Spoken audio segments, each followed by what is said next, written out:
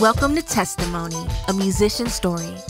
Heard at testimonystories.com and narrated by myself, Brown Theory, the music lover constantly seeking positive music. Let's get started.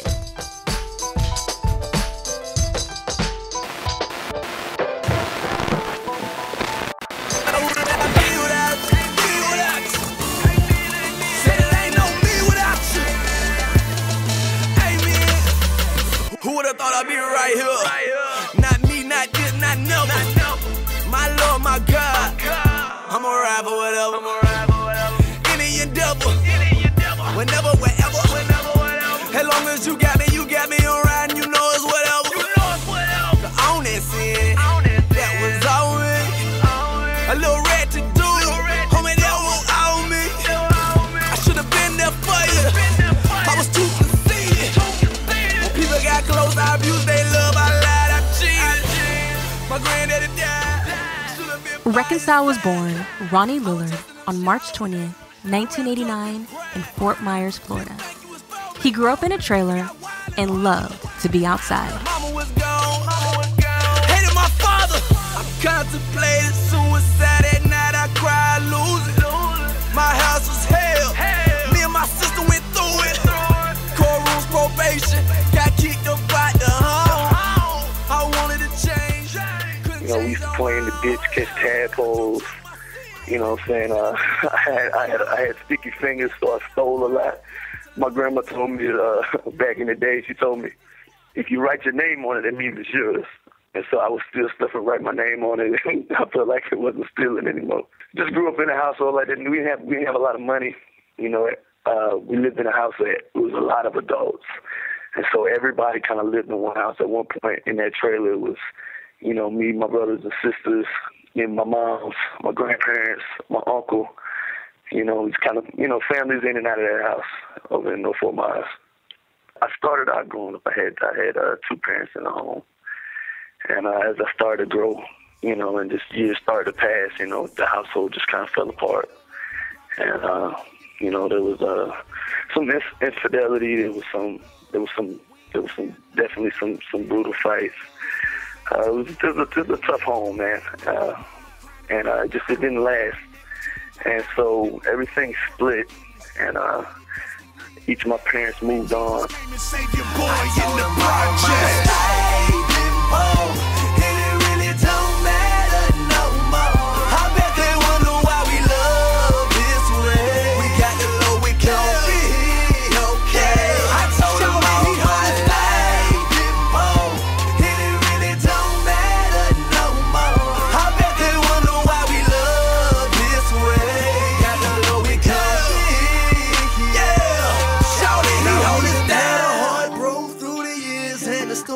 But keep the faith, though, tough times won't last forever. I know it's hard, man, life can be a rocky road. I almost pulled away, but Jesus wouldn't let me go.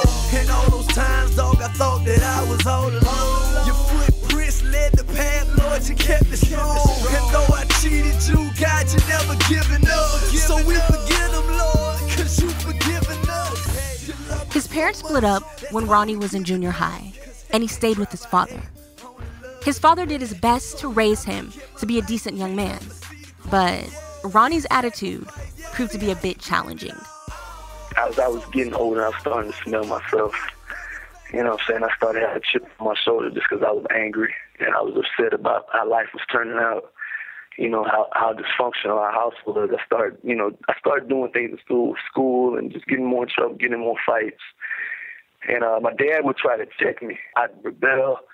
I'd fight, I'd grab a belt, and I'd just try to, you know, cause as much trouble. And then as much as he would say to me, I'd go back to school or go back in the neighborhood and just do the same thing. You know, and then as I continue to get older, and now it's the police calling the house, you know, and, you know, I just continue to be defiant. I'm doing my own thing. I'm not coming home. So I was standing back up to my dad trying to fight him. And I got whooped.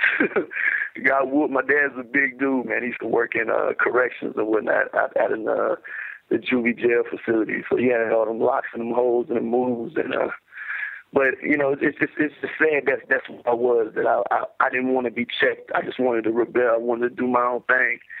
It was me against the world, and so I rebelled against all of that and ended up getting kicked out of the house in the middle of the night. It was about 2 o'clock in the morning. My dad came in. He was angry because I was just doing me again. He grabbed all my clothes, grabbed all my schoolwork, my backpack. He dumped it out in the yard. You know, so I remember that night picking up all my stuff and walking to my grandma's house, and I was just determined that I didn't want him in my life from then on. And that was the path I took. And so that's when things started really getting more physical from there on. Like what you're hearing so far? Check us out at testimonystories.com. That's testimonystories with an S.com. Where you can hear content for you and about you. Everyone has a testimony. Everyone has a testimony. And we want to hear yours. Tell us how God has transformed your life. Each month, we will select a person to highlight and interview. Find out more at testimonystories.com. Testimony. A musician's story. Testimony, where Christian hip-hop artists give you an exclusive look into their lives and their music. Take a journey into the minds of today's top Christian hip-hop artists as they open up and share about their past, their faith, and their music in ways you've never heard before. Put on your favorite pair of headphones or turn the stereo volume up and listen. A musician's story. Trailer parks, projects, pot Chevy sitting high, gold teeth, black teeth, switches blowing in the sky. You don't work hard, you don't meet, you don't grind, you don't shine. Down south, this that down south, Florida state of mind. And I was at the crossroads of that red light, trying to get my head right. Many nights full of pain, shedding tears on the floor. Cause when mama told me we ain't see no more. No food on the stove, counting standing from the stove. Out past late cause I had it going home. Hated my heart, had me gone in that zone. I'ma do me, that was all I was on. Fist fighting with my dad and blood and dirt off in my teeth. Gliss a fist, full of tears and pick my clothes up off the street. No respect for nail body. 16 years old and I ain't killed by myself, but Lord, you chose to die for my soul and He lived with his grandparents from then on. Despite living in a rough neighborhood and struggling with behavior issues, when it came to football, he had game. Your boy could play some football, man. I just happened to be blessed in the way of the Lord. Just football was the thing I could do. And it was kind of like my out through all of it. And so, you know, football was my everything. And so I started playing football back when they had flags. You know, I always used to get praised for what I was doing in football. As I started to get older, ninth grade, I made varsity. And so that was a big deal. It kind of changed, you know, my status in school. You know, as I continued to go out through high school, you know, sophomore year, I'm making the newspaper a lot. Junior year, I'm on the cover of the newspapers. You know, senior year, every week I'm being covered in the newspaper just by football. And but in the midst of all of this, everything on the outside of my life is falling apart. Like sometimes people know I wouldn't go to school, but I just show up at practice. Just you know, in somebody's house, laying up, trying to chase a female. Places I had no business being. That's where I was. now one time for the saints, though. Time to serve. Give it go. Ride, what you waiting for? Ride, what you waiting for? Watch the throne rub on eyes on the throne. Don't you disrespect the throne that my father sitting on. I tell them ride, what you waiting for? Ride, what you waiting for? Watch the throne rub on eyes on the throne. Don't you disrespect the throne that my father sitting on. I tell them. Ronnie was a smart kid, but he never applied himself when it came to school, partly because he was rarely there. He was too busy playing tough. But eventually, playing tough got him caught up. In the high school that I went to, just, you know, nobody wanted to be soft. You know, high school was a minority high school. A lot of the kids were from an area called Dunbar and Lehigh. Dunbar is a place where if you don't get a football scholarship or sell dope, you're going to the penitentiary. I felt like I had no peace at home, you know, and so I just started acting that out. I just wanted to be hard. I just wanted to pump people. And I started stealing because I was hungry, and I felt like I was justified in the fact that it's nothing to eat, so this stealing ain't really bad, you know. And so as I would continue to steal, stealing would get easy, and I would continue to steal bigger things. I pushed my friends to come steal with me, so we break into people's houses, stealing stuff out of houses in the middle of the night. I remember one time we almost got caught. We was running from the police in the woods. Just, you know, that was me. You know, I never sold dope. I never thought that was a wise thing to do. I remember, I remember a Pop Warner coach I had growing up. He got arrested for selling dope, and it just tore apart his family. I remember watching my uncles and stuff selling dope, and that wasn't something I wanted to do in my life. But stealing was just hard to let go of. And so as I'm going this route, you know, I get caught stealing and get arrested. Then I get in a car accident driving without a license, and I get arrested again. Then mess around, get caught stealing again. And then the last time that it kind of came to a climax is I just missed court a couple times. And like anybody knows who misses court, they would issue a warrant for your arrest. And so I'm at school, and they're like, man, we're coming to arrest Ronnie Lillard. And I jet out the back, try to run across the street and cut through some neighborhoods back to my house. And it just came to a climax. And when I finally went and turned myself in, and, you know, I ended up getting probation and community service hours. And it was this church in front of my grandma's house that I only used to go play basketball at. Testimony. A musician's story. Testimony, where Christian hip-hop artists give you an exclusive look into their lives and their music. Take a journey into the minds of today's top Christian hip-hop artists as they open up and share about their past, their faith, and their music in ways you've never heard before. Put on your favorite pair of headphones or turn the stereo volume up and listen. A musician's story.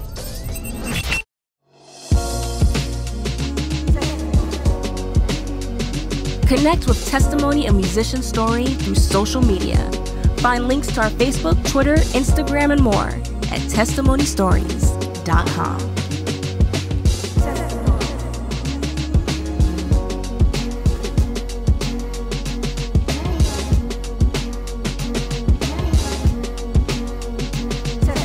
A musician's story.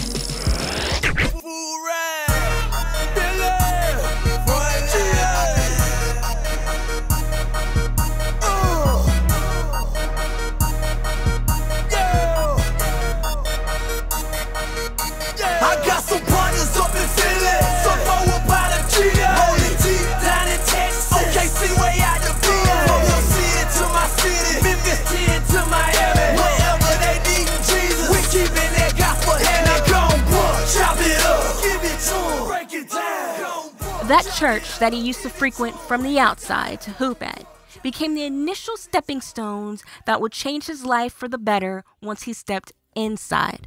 He met Pastor David Estrada, who told him he would give him all his community service hours if he attended Bible study. Hey, it's my heart, man. It's all checked up. I lack the faith to persevere when times get tough. When life's too much and ain't no money in my pocket, tis a guilt feeling like ain't no one to stop it. Ain't no one beside me. Ain't nobody there. I scream help in the darkness, but ain't nobody there. Ghetto boys got me feeling. Mind playing tricks on me. Gave a girl my heart. She hit a lick on me. Ronnie thought dude was a sucker.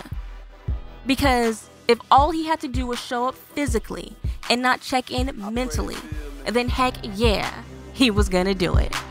Just my luck, and everybody went out the hood, but guess I'm stuck, My life is sucks, got me on some self-mode. It's a million of these blacks, they all lead to one road. Hell, casket, more than the pen, so it's more to fixing life, cause it start with my sin. Preacher asked me in life, where do I stand? Cause ain't no dollar or a dream gon' make me a man. No will is satisfied, anything I'm yearning for. So you can gain the whole world, you gon' want more. And I can't lie though, like who don't want success? But if it never comes my way, Lord, I'm still blessed. Cause when I fall short, you stand and make up all the difference. And when I'm at my lowest, your grace is sufficient. So I show up, I remember sitting in the back, and I'm like, man, none of these people are going through what I'm going through, you know. And I always had like this feeling about Christians, like it's just, my word for Christians was hypocrite. You know, I felt like it was like a clique or a sect, and I just didn't get down with it. I just felt like it was, you know, there was real life going on, and there's nothing I could hear in here. And remember that night, I don't know if David Estrada like scratched what he was going to talk about that night, but he just went on a tangent and started talking about his life and started talking about Jesus and started talking about what Jesus had done for him and how Jesus had changed him and how Jesus had made his life different and how his joy was in Jesus. And he never heard nothing like this. And so I was just intrigued by Jesus. I was like, man, whatever it is tonight, I can't leave out here without knowing him. My life is a mess. My life is a mess, and I need him. At the time, I was, I was living with my girlfriend in the projects. And, I was, my granddad, he was going to keep calling me. He was like, come home, stop being over there. You got a place to lay your head at over here. I was just in this moment where God just challenging me, like, you got to let all these things go. You got to let them go. You got to let them die. And I made that decision. He got a grip on life, I ain't fooling nobody. So I lean on somebody who lean on somebody, believers in body. Time out the struggle predicted to stop me and though it get rocky, I call on my poppy and pray that this path is up under my feet and his ultimate whip on my life or in seat. We really trying to save a city and move it state to state. Now baby, is you with me? My cousin still ain't listening. My little partner missing. Rocket basket with me, really smashing on a mission. We ain't got no gimmicks. Little dude pumping with passion. My sole purpose to give you the gospel, and I do. Just so happen I'm ready to take off. Hey, you know how we do it. It's all about his will. We ain't worried about the music. Just moving through the nation, but it started here in Houston. We be on that front line. It wasn't an easy and abrupt change. It took some time for him to completely give his life over to Christ. But God was definitely working in his life. As a matter of fact, Ronnie had a friend who went away to a Christian camp and came back with a different outlook. This friend introduced Ronnie to Christian hip-hop. I wanted to get back into the ratchetness that we was already in. And he was like, nah, man, I'm not trying to do that no more. He's like, I only want to have sex with my wife. I try to put some music in. He's like, I don't listen to that no more. He's like, I only listen to Christian music. I used to try to crack on him. He was like, nah, man, edify your brother. And I was like, this dude is tripping. And so he's like, he says, I only listen to Christian rap. And he passed me this 116 compilation CD. And so we put it in the ride. And it started playing. It's like, we ain't nothing but some church boys. I was like, bro, I hit the eject button. I flipped that mug back across the back of my grandma's van. And I was like, bro, that gets no play in the ride. That gets no play in the ride. And just so happens, as I'm going through this change in my life, well, God's just working on me and I'm trying to change. I remember finding that CD in the back of somewhere, and I found it, and I just kept playing it and kept listening to it, and I heard the song, Take Me As I Am by Lecrae, and I just kept listening to it. I must have gave that thing 1 million plays. Just like, what do you mean God would love me like this? The introduction to Christian hip-hop was made, but Ronnie wasn't trying to start a rap career. Writing rhymes and spitting them on the school bus was as far as he went. His focus was football. Ronnie knew if he had any chance at getting out of his hood, he was going to have to put in work on and off the gridiron. So his junior year of high school, he did just that. He would jump the school fence after hours and run sprints on the field in the dark. He spent every day at the Boys and Girls Club working out. He focused on improving his GPA. Ronnie went from a 2.7 to a 3.9. But one of the hardest things he had to do was let people go who were not contributing positively to his life. And that included one of his brothers. What will it take from me? I need you, Lord, I've been fiending for your touch. Cause real talk, I've been lonely for months. And the urge to live is daily losing worth in it. Seems my situation's only getting worse. I'm pushing through the pain, tears in the sorrow, overwhelmed by the day. It's got me stressing by tomorrow. Sometimes I feel like this is it for me. My heart's open, Lord, what you trying to get to me? It all paid off when it came to graduation time. He was offered football scholarships across the country. Some included the Air Force Academy, Vanderbilt, and Rice University. He chose to go to the Air Force Academy. When I was out there, I ended up getting booted out because I went out there with hood mentality. I'm gonna be the hood dude in college, and I ended up staying in trouble the whole time, and I ended up getting kicked out.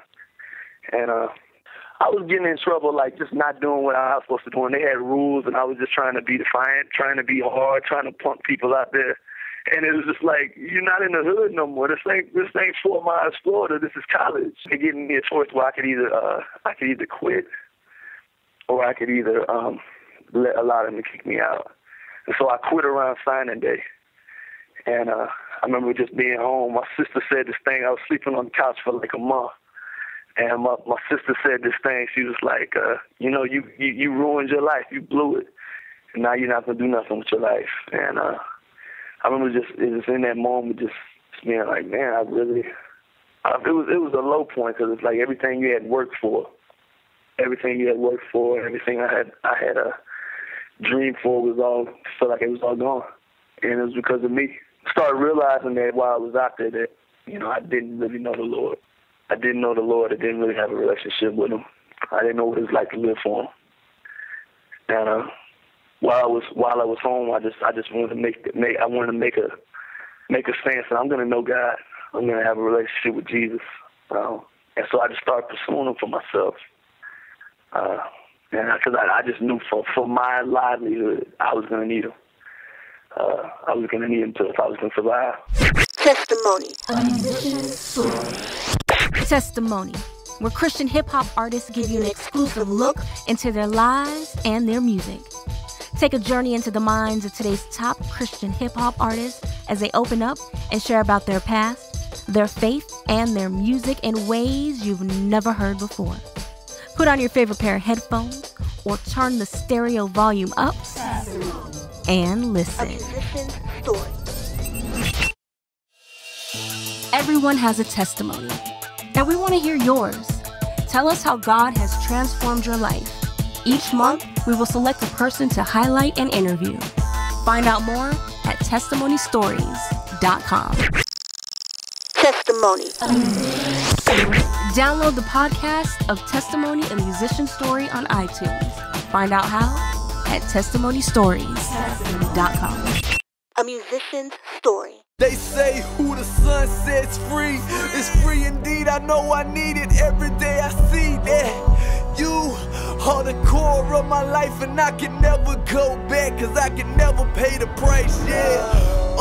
I feel the weight on my shoulders, the burden of my cross, the pain in my withdrawals. I've been lost for a minute, so it's hard to walk up in it. But you sacrificed your son, so it's my all, Lord, I give it. And your will be done. I know it won't be easy. I know it won't be easy. Whatever it is, just say the price. So if it takes me leaving Bay, it's over tonight. I surrender my anger, Lord. I love the ones who hurt me. I do it in your name because your son said serve me. Here's my success, here's my pride. I cast it all aside, Lord. I need you to survive. He realized this being a Christian thing isn't so easy. Ronnie could no longer say he was a Christian. He actually needed to walk it out. He knew he needed to be discipled. He needed someone to push him to grow and show him what it's like to be a Christian, despite his upbringing and in the midst of being in college. He met that mentor at Rice University in Houston, Texas. Ronnie now had a second chance, and he took advantage of it. While the rest of his freshman teammates were running around trying to be the big man on campus, Ronnie chose to be a bit reserved. I settle with the sleep crime. Nights like this feel like a double lifer in the jail cell dying. Swear I can hear the reaper, is it coming for me? At nights I can't sleep, wake up sweating, too many memories. I can't shake it, you keep me alive, I can't take it. Your love for my sin, I traded all gladly. All I got is pain, nightmares fighting my daddy. A slave to the sin, changing everyone I know. Feeding for that feeling you can't get from sex and clothes. What I'm living for, I'm praying you can change the weather, cause my life was hell. Could never hold it together. When I'm alone in the world, sometimes I stare at the wall, and in the back of my mind I hear the say, Sam, you ain't gotta die, homie. Just ride for me now. You ain't gotta cry, homie. You're mine, homie. See, I don't wanna gain the whole. I was like, I did that. I turned up. I didn't gain anything from it. And so I had like this different perspective. I was a freshman, but I was different. I still had a urge to want to, be in good with the ladies on campus and to be cool and to be that dude. But it's just funny. It's like as I started pursuing those things, it's like there's nothing there. But I still didn't really know how to live it out, and that's why I needed to be discipled. I was the dude who would be like, let's pray. And then as I'm on the field, I'm cussing the other team out. And so it was one of my buddies, man, he plays for the Bears now. His name is Cheddar. We was in the locker room one day. He was like, man, Ronnie, man, you blend too well, dog. He's a believer. He's like, you blend too well. I was like, what do you mean? He was like, you blend in too well with the people who don't know Jesus. Even though his coaches encouraged him to focus on football, Ronnie chose to triple major. He graduated in 2012 with degrees in religious studies, philosophy, and sociology. And he is currently working on his master's in Christian counseling. So, how does this star athlete, who spent the last few years of his life in academia and had no desire to join the music industry, become a rapper? Tune in to part 2 of Reconcile's testimony and musician story, where we will focus on his musical career as well as his latest album, Sacrifice. See, I don't wanna gain the whole world, and lose it all. If I ain't got it, I got nothing. Give me truth, I don't want nothing less. Money, car, sex, the issue is life or death. Life or death, resurrection or a hearse. I pray that you regard your soul with a sense of what is worth it. I don't fail me. All these situations let me build. Tired of blaming everyone else when I'm the sinner. 20 years of pain's enough to reconsider. Now I'm wrestling with the Jesus and hating who's in the mirror. I grew up, hella screwed up, can't even front. Needing your forgiveness, yet living the way I want. You say you love me, but you don't live for me at all. Do you want me as your Lord or just to catch you when you fall? Do you believe me? Do you need me? And if it all fell apart, would you leave? It's that death at the sunrise, cause the sun died to save a sinner who ain't never seen the sunrise. I should have died in my ways. I gave you nothing but shame, but you saved me. Nothing without. When you died and rose again, I should have died. Thank you for listening to Testimony, a musician story. This has been a Brown Theory production and an 83 Media production. To hear this episode again, as well as past episodes, visit testimonystories.com. That's testimonystories with an S.com. Until next time, I'm Brown Theory, the music lover constantly seeking positive music. I didn't realize you was all I need.